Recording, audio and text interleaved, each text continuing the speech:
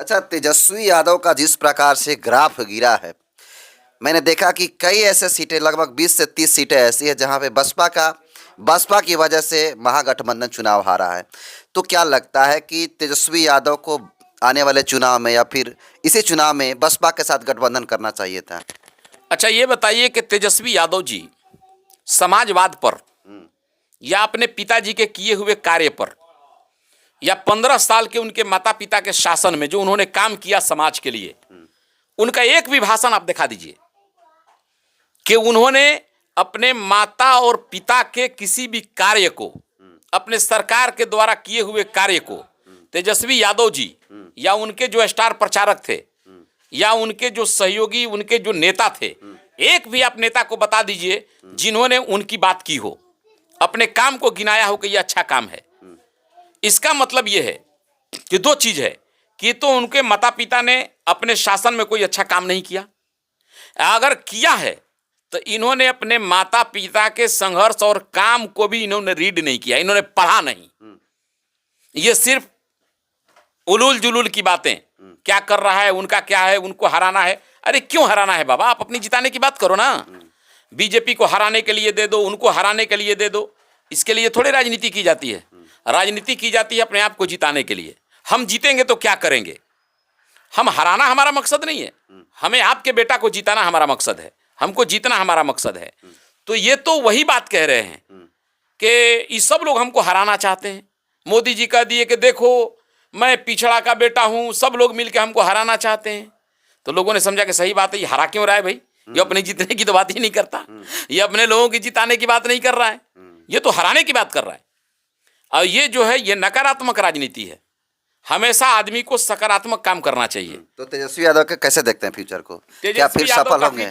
Future अभी बढ़िया नहीं है। उनको राजनीति सीखनी चाहिए और जो विद्वान लोग हैं उनको एक टीम बनाएं, एक सलाहकार समिति के लोग बनाएं पर्दे के पीछे, और अपनी बात रखने के लिए पंडित जी से और बाबू साहब से बात कहवाएंगे तो पंडित जी और बाबू जी के साथ आज भी यहाँ का कोयरी, कुर्मी, लोहार, कुहार, कमकर, बढ़ई, दुसाद, चमार, डोम आज भी उनके साथ बैठ करके नहीं खा सकता है, हाथ से मिला करके नहीं बैठ सकता।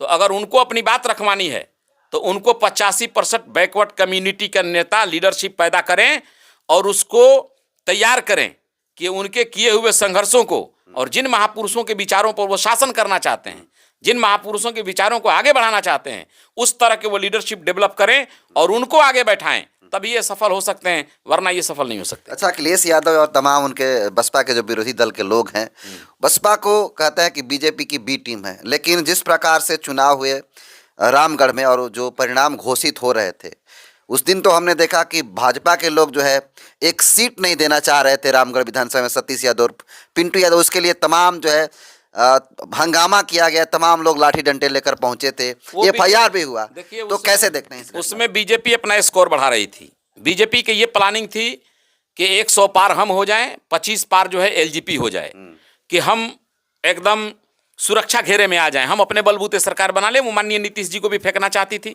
माननीय रूपेंद्र कुशवाहा जी को, जीतन राम जी को, राम मांझी जी को, इन सब लोगों को ये शहद में जहर मिला करके वो देना चाहती थी।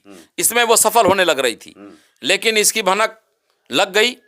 नीतीश कुमार जी भी थोड़ी टाइट हुए, हमारे नौजवान वहां लड़े, इसके बावजूद भी 5-10 सीटों को उन्होंने, जीती हुई सीट को, जिसमें एक ओवैसी साहब का भी सीट है बलरामपुर, जिसमें एडवोकेट आदिल हसन की जीती हुई सीट को उन्होंने छीन लिया।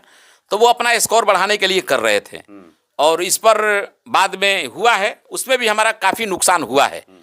लेकिन इन तमाम बातों के लिए जिम्मेदार अगर कोई है तो वो इंडिया गठबंधन है। इंडिया गठबंधन की कमी यह है कि ये नेता बनना तो चाहते हैं लेकिन ये अपना नेता किसी को मानना नहीं चाहते।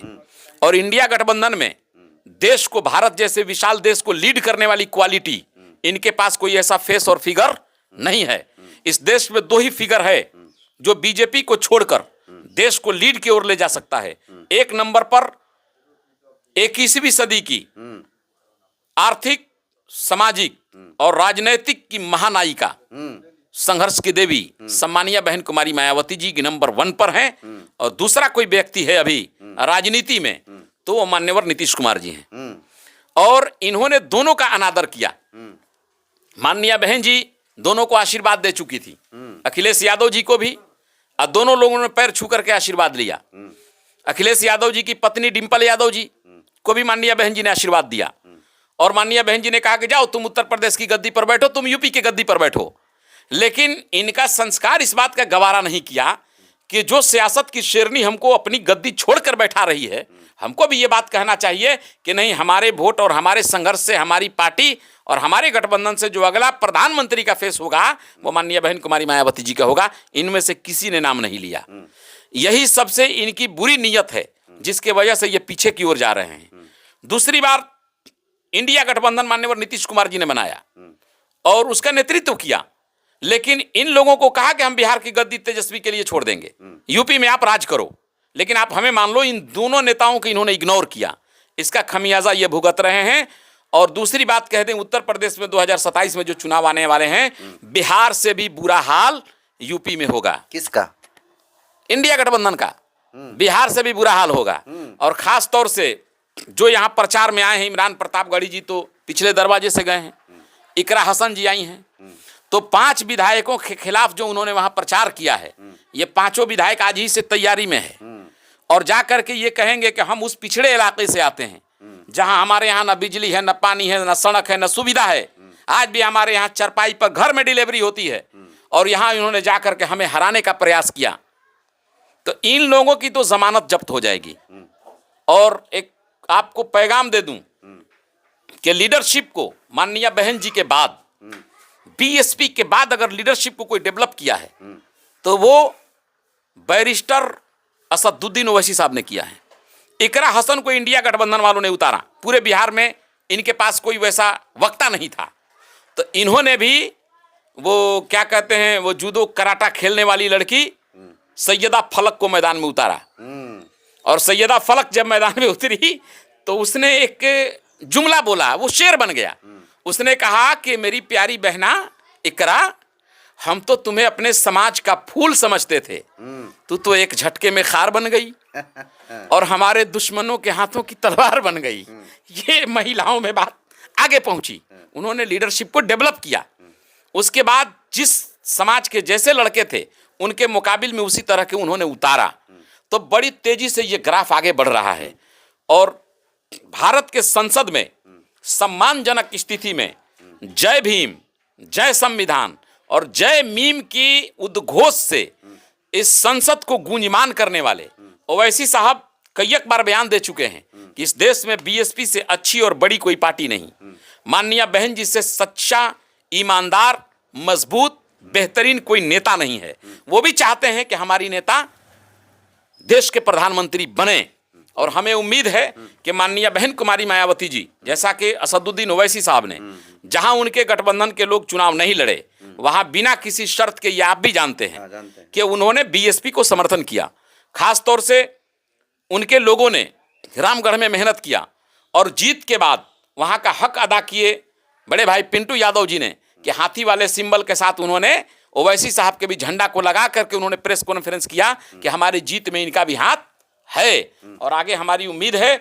मैं दुर्भाग्यवश आज नहीं जा पाया बहन जी के पास, लेकिन अगर जाने का मौका मिलेगा, हमारे प्रभारियों की कृपा होगी, तो मशवरा तो हम नहीं दे सकते अपने नेता को, लेकिन हम अर्ज जरूर करेंगे, प्रार्थना जरूर करेंगे अपनी नेता से कि जो छोटे छोटे लोग हैं, इसका गठबंधन बनाए माननीय बहन जी, और आपको इस देश का प्रधानमंत्री बहुत बनना जरूरी है। 2029 में प्रधानमंत्री की कुर्सी पर आप बैठ करके सुशोभित करें और बाबा साहब के सपनों को साकार करें। चलिए, मेरा आखिरी सवाल होगा सर कि जिस प्रकार से ओवैसी साहब का भी हाल ही में बयान आया है कि मैं जाऊंगा और उत्तर प्रदेश में चुनाव लड़ूंगा, मैं दरी नहीं बिछाऊंगा, तमाम ऐसे तमाम सवाल जो विपक्ष के लोग जैसे अखिलेश यादव आकर के प्रचार प्रसार किए, उनको बीजेपी का बी टीम साबित करने के लिए कोशिश किए, ऐसे में उनका ओवैसी साहब का बयान आया है कि एक बात बताऊं मैं, ओवैसी साहब का कहना क्या गलत है। आपको याद होगा कि ओवैसी साहब की आज जो बात कह रहे हैं, कुछ दिन पहले मीडिया में ये बहुत चला, अखिलेश यादव के रिश्तेदारों पर रेड हुआ, ईडी वाले, सीबीआई वालों ने रेड किया, और जब रेड किया तो बखुला गए। दूसरे दिन उन्होंने प्रेस कॉन्फ्रेंस करके कहा कि मैं नहीं जानता था कि बाबा साहब पर 100 से अधिक मुकदमे हैं, 30 या 28 तो ऐसे मुकदमे हैं जिन पर गंभीर आरोप हैं। तो आपको जितना करना है आप करिए। आप यादव वाले तेवर में आ गए और कहा कि जितना आपको अत्याचार करना है करिए, सरकार बदलेगी तो आप भी उसके लिए तैयार रहिएगा, आप पर भी कार्रवाई होगी। और माँ का दूध पिया हो कि उसके बाद किसी भी यादव पर कोई गठबंधन, कोई फिर उनके ऊपर रेड हुआ हो, कोई अत्याचार हुआ हो, तो जो अखिलेश यादव ने उनके लिए कहा वो अतीक अहमद के लिए क्यों नहीं कहा, वो मुख्तार अंसारी के लिए क्यों नहीं कहा, वो उमर अंसारी के लिए क्यों नहीं कहा।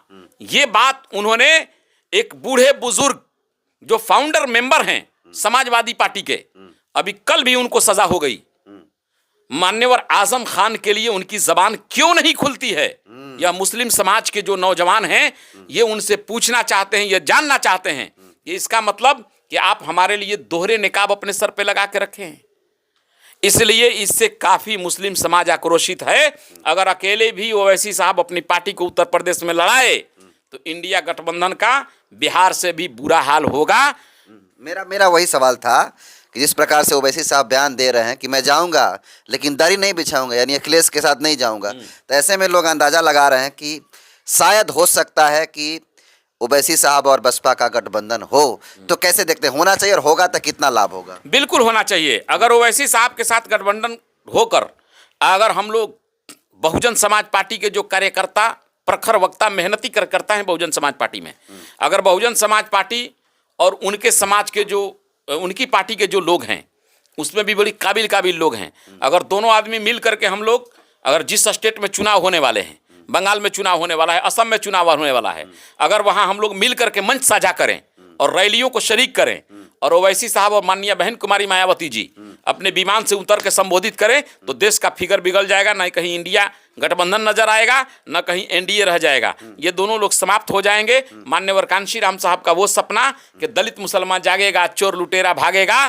दलित मुसलमान करो विचार, कब तक सहोगे अत्याचार, ये उनका सपना साकार हो जाएगा। और मैं उम्मीद करना चाहता हूं आपके मीडिया के माध्यम से माननीय बहन जी से बड़ी आदर सम्मान के साथ, उनका एक छोटा भाई होने के नाते, मुस्लिम समाज और बहुजन समाज पार्टी का एक बेटा होने के नाते, माननीय और बहुजन समाज पार्टी का एक कार्यकर्ता होने के नाते मैं आपसे निहोरा करना चाहता हूं, आपसे आग्रह करना चाहता हूं, आपसे विनती करना चाहता हूं, प्रार्थना करना चाहता हूं कि आप ओवैसी साहब को अपने गठबंधन में लेकर और देश का नेतृत्व करें। चलिए, बहुत बहुत धन्यवाद।